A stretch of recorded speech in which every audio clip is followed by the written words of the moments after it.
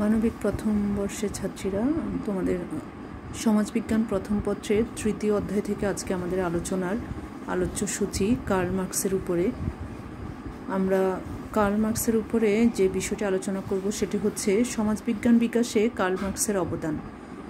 তাহলে সমাজবিজ্ঞান বিকাশে কার্ল মার্কসের অবদান শুরুতেই আমরা যেটি বলতে হয় যে কোনো মনীষী বা যে কোনো সমাজবিজ্ঞানী, অর্থনীতিবিদ, দার্শনিক, রাষ্ট্রবিজ্ঞানী তাদের সম্পর্কে আলোচনা করতে হলে, তাদের অবদান আলোচনা করতে হলে তাদের জন্ম পরিচয় শুরুতে বলতে হয়। তো সেভাবে আমরা জন্ম পরিচয়, এরপরে উল্লেখযোগ্য গ্রন্থাবলী, তারপরে তার বিভিন্ন তত্ত্ব আলোচনা করব।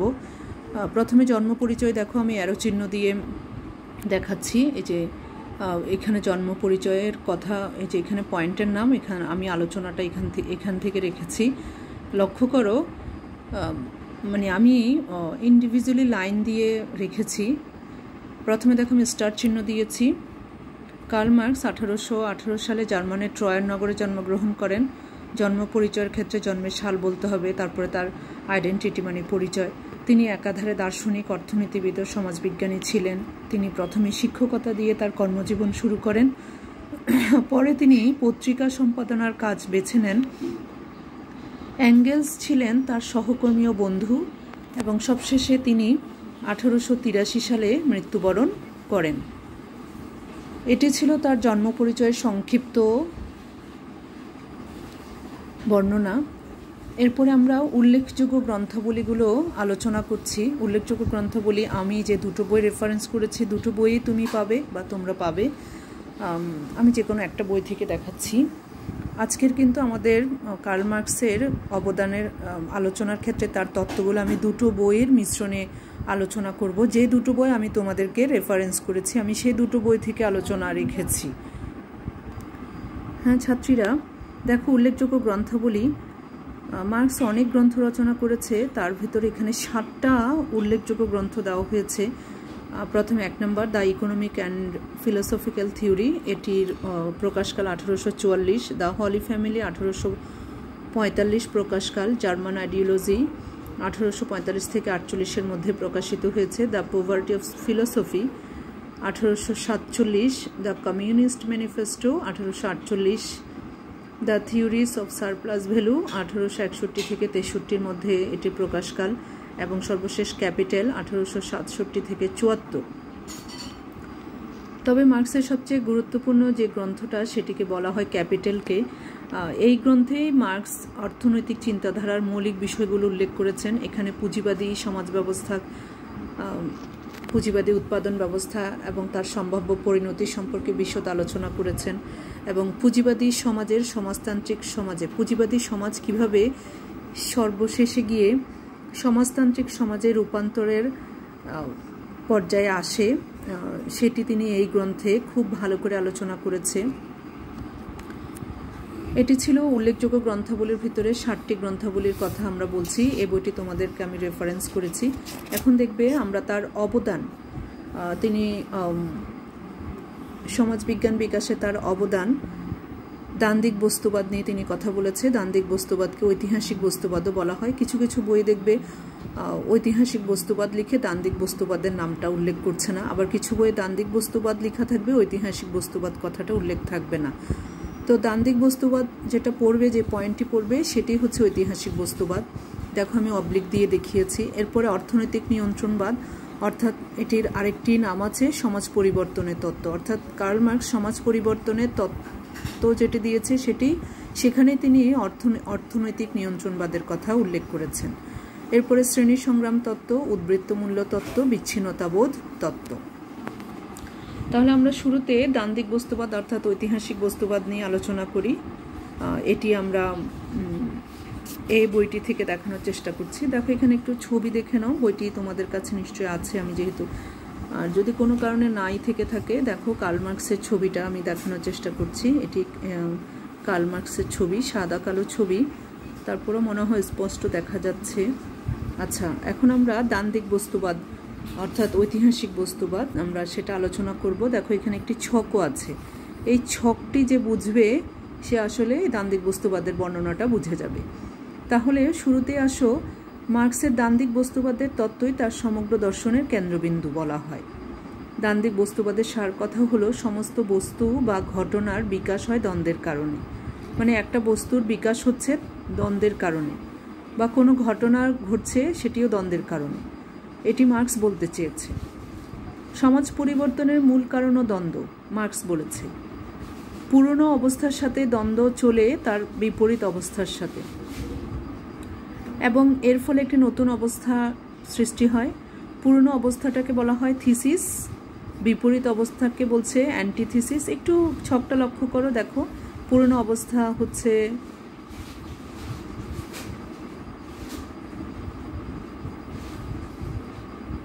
পুরনো অবস্থা থিসিস, বিপরীত অবস্থা অ্যান্টিথিসিস, নতুন অবস্থা হচ্ছে সিনথিসিস। একটু সোজা করে দেখাচ্ছি, তাহলে খেয়াল করো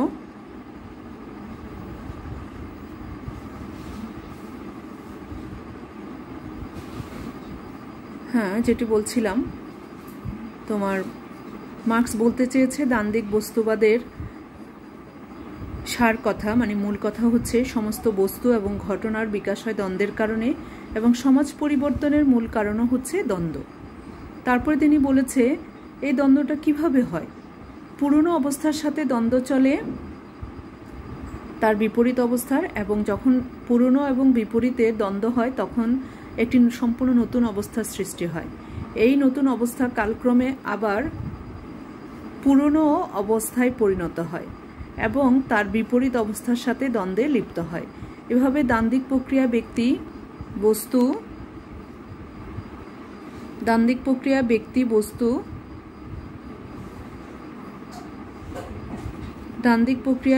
বস্তু এবং সমাজের উৎপত্তি, বিকাশ ও পরিবর্তন ঘটে।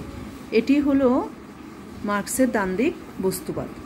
তাহলে একটু ছকটা দেখো, মার্কস যে বলেছে যে পুরনো অবস্থা হচ্ছে থিসিস, থিসিসের সাথে অ্যান্টিথিসিসের দ্বন্দ্ব হয়, এটি এবং এটির মাঝে দ্বন্দ্ব হয়। তারপরে দ্বন্দ্বের পরে একটা নতুন অবস্থা সিনথিসিস আসে। সিনথিসিস আসার পরে আবার দেখা যায় তোমার এখান থেকে লক্ষ্য করো, নতুন অবস্থা কালক্রমে পুরনো অবস্থায় আবার চলে আসে।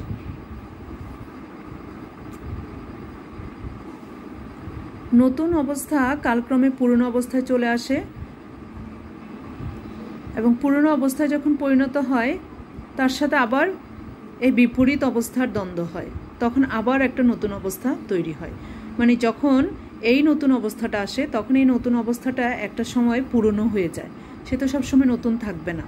পুরনো হলে তার সাথে তার বিপরীতে আরেকটি জিনিস থাকে অ্যান্টিথিসিস, থিসিস এবং অ্যান্টিথিসিসের সাথে আবার দ্বন্দ্ব হয়, তখন আরেকটা নতুন অবস্থা তৈরি হয় সিনথিসিস। তাহলে এখানে দেখা যাচ্ছে যে প্রতিনিয়ত পরিবর্তন হচ্ছে, এবং এই ছকের মধ্য দিয়ে দেখা যাচ্ছে যে সমাজ এক জায়গায় থেমে নাই, পরিবর্তন হচ্ছে, এবং এই পরিবর্তনটা হচ্ছে দ্বন্দ্বের মধ্য দিয়ে। এটা কার্ল মার্কস বলতে চেয়েছে। তাহলে দ্বান্দ্বিক বস্তুবাদের মূল কথা হচ্ছে সমাজের যে কোনো ঘটনা বা বস্তু তোমার বিকাশ হয় দ্বন্দ্বের কারণে, এবং সমাজের পরিবর্তনও হয় দ্বন্দ্বের কারণে। পুরনো অবস্থার সাথে বিপরীত অবস্থা দ্বন্দ্ব হয় এবং নতুন অবস্থা আসে, সেই নতুন অবস্থা যখন আবার পুরনো অবস্থায় ফিরে যায় তখন তার সাথে আবার বিপরীত অবস্থার দ্বন্দ্ব হয়, এবং একটা সময় আবার একটা নতুন অবস্থার তৈরি হয়। এভাবে দ্বান্দ্বিক প্রক্রিয়া ব্যক্তি, বস্তু এবং সমাজের উৎপত্তি, বিকাশ ও পরিবর্তন ঘটে। এটি হলো মার্কসের দ্বান্দ্বিক বস্তুবাদ। ছাত্রীরা, এখন আমরা অর্থনৈতিক নিয়ন্ত্রণবাদ বা সমাজ পরিবর্তনের তত্ত্ব আলোচনা করব। মার্কস যেভাবে আলোচনা করার চেষ্টা করেছিল আমরা সেটি ব্যাখ্যা করব। মার্কস মানব ইতিহাসের অর্থনৈতিক ব্যাখ্যার উপর বেশি গুরুত্ব দিয়েছিলেন। অর্থনৈতিক উৎপাদনকে তিনি সমাজ পরিবর্তনের মৌল উপাদান হিসেবে চিহ্নিত করেন। মানে একটা সমাজ যে পরিবর্তন হবে তার মৌল উপাদান হচ্ছে অর্থনৈতিক উৎপাদন। মানব ইতিহাসের সমস্ত ঘটনার পশ্চাতে রয়েছে অর্থনৈতিক কারণ। মার্কস উল্লেখ করেন যে প্রতিটি সমাজের একটা মৌল বা অবকাঠামো রয়েছে এবং রয়েছে একটি অধিকাঠামো। সমাজের মৌল কাঠামো হচ্ছে অর্থনৈতিক ব্যবস্থা। মার্কস বলেছে সমাজে দুটো দিক রয়েছে, একটি মৌল কাঠামো আর একটি অধিকাঠামো। মৌল কাঠামো বলতে তিনি অর্থনৈতিক ব্যবস্থাকে বুঝিয়েছে, আর সকল আইনগত, রাজনৈতিক, দর্শন, সকল চিন্তা, সব কিছু হচ্ছে অধিকাঠামো। মার্কসের মতে মৌল কাঠামোর পরিবর্তনের ফলে অধিকাঠামোতেও পরিবর্তন সংঘটিত হয়। মৌল কাঠামো হচ্ছে অর্থনৈতিক ব্যবস্থা, অর্থাৎ অর্থনৈতিক ব্যবস্থায় পরিবর্তন আসলে সমাজের আরেকটি দিক অধিকাঠামোতেও পরিবর্তন আসবে। অর্থনৈতিক উপাদানের উপর অধিক গুরুত্ব আরোপ করার জন্য তার তত্ত্বকে অর্থনৈতিক নিয়ন্ত্রণবাদ বলা হয়। মানে তিনি সমাজের পরিবর্তন তো দেখেছে দুটো উপাদানের উপর ডিপেন্ড করে, একটি মৌল কাঠামো আর একটি অধিকাঠামো। মৌল কাঠামোকে তিনি অর্থনৈতিক ব্যবস্থা দিয়ে বুঝিয়েছে, আর অর্থনৈতিক ব্যবস্থা ছাড়া আর বাকি যাবতীয় যা কিছু আছে, রাজনীতি, আইন, দর্শন, তারপরে সংস্কৃতি, এই সব কিছুই তোমার অধিকাঠামো। তাহলে মৌল কাঠামোতে যখন পরিবর্তন আসে, সেই পরিবর্তন গিয়ে অধিকাঠামোতেও সেই পরিবর্তনে প্রভাব পড়ে, অর্থাৎ অধিকাঠামোতেও পরিবর্তন হয়। কিন্তু মার্কস তোমার অর্থনৈতিক উপাদানের উপর অধিক গুরুত্ব আরোপ করার জন্য তার এই তত্ত্বটাকে অর্থনৈতিক নিয়ন্ত্রণবাদ বলা হয়। তোমার মার্কস যেটা বলেছে যে মানব সমাজ বিকাশের কৌশল ব্যাখ্যা করতে গিয়ে মার্কস উৎপাদন শক্তি উৎপাদন সম্পর্কে দ্বন্দ্বের উপর গুরুত্ব আরোপ করেন।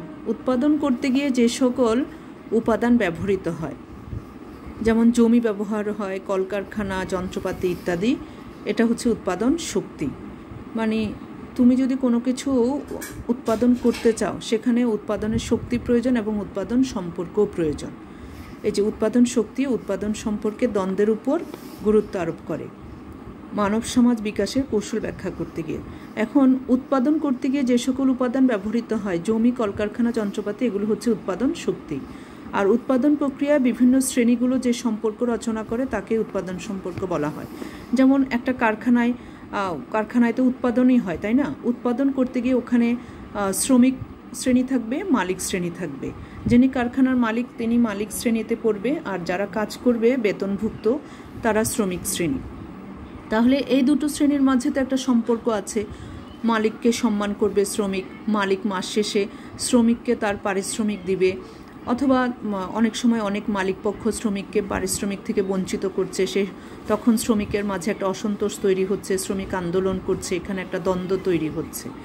তো এক্ষেত্রে উৎপাদন শক্তি ও উৎপাদন সম্পর্কের দ্বন্দ্বে বিকশিত উৎপাদন শক্তি বিদ্যমান। মানে যখন উৎপাদন শক্তি এবং এই উৎপাদন সম্পর্কের দ্বন্দ্ব বিকশিত উৎপাদন শক্তি বিদ্যমান, উৎপাদন সম্পর্ককে অতিক্রম করে যায় এবং মার্কসের মতে সমাজে এইভাবেই পরিবর্তন সংঘটিত হয়। এটার মধ্যে কথাটা আমি আরেকবার বলি, যখন উৎপাদন সম্পর্ক অর্থাৎ মালিক শ্রেণী, এই যে উৎপাদন সম্পর্কের দ্বন্দ্বে মালিক শ্রেণী এবং শ্রমিক শ্রেণীর মাঝে কোনো দ্বন্দ্ব হয়, তখন এই দ্বন্দ্ব তোমার অনেক সময় উৎপাদন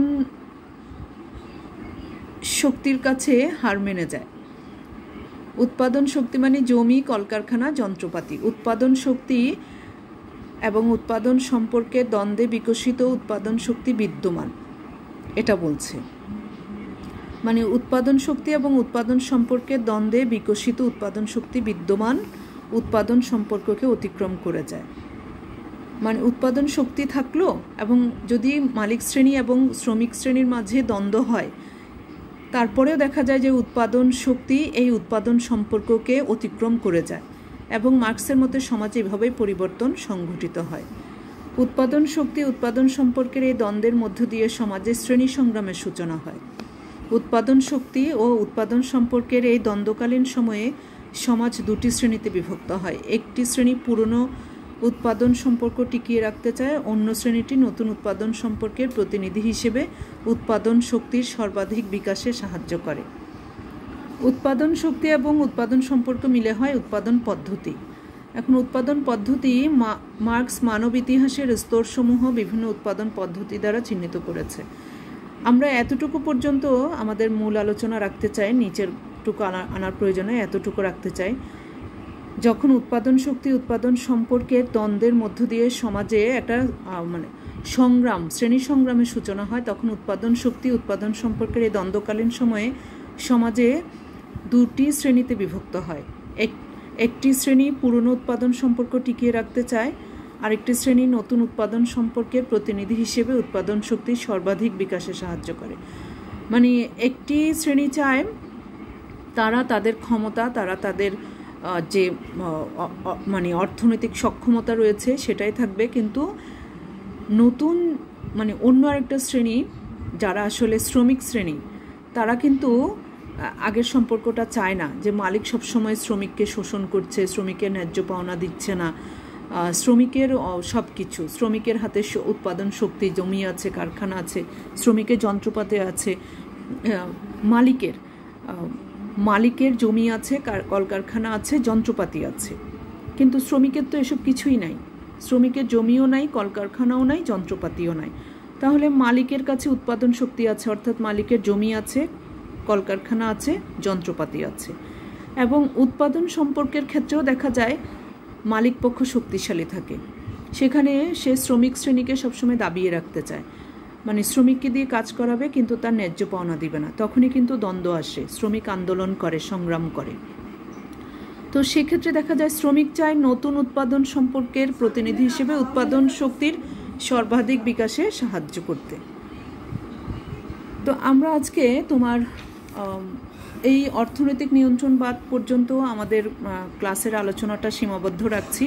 আমরা পরবর্তী ক্লাসে কার্ল মার্কসকে নিয়েই শ্রেণী সংগ্রাম তত্ত্ব, উদ্বৃত্ত মূল্য তত্ত্ব এবং বিচ্ছিন্নতাবোধ তত্ত্বর আরেকটি ক্লাস দিব। কারণ এই মানে সমাজবিজ্ঞানীদের যে তত্ত্বগুলো, এগুলো আসলে খুব ধীরগতিতে আলোচনা করতে হয়, দ্রুত আলোচনা করলে এগুলো আসলে বোঝা যায় না। আর ক্লাসরুমে ব্ল্যাকবোর্ডে আলোচনা করলে সবচেয়ে বেশি, ব্ল্যাকবোর্ড বা হোয়াইট বোর্ড যেটাই আমরা বলি না কেন, আলোচনা করলে সবচেয়ে ভালো হতো। তাহলে আজকে এই পর্যন্ত আমাদের আলোচনা রাখছি। পরবর্তী আলোচনা আমরা পরে 3টা টপিকস থাকবে, সে পর্যন্ত ভালো থাকবে। আল্লাহ হাফিজ।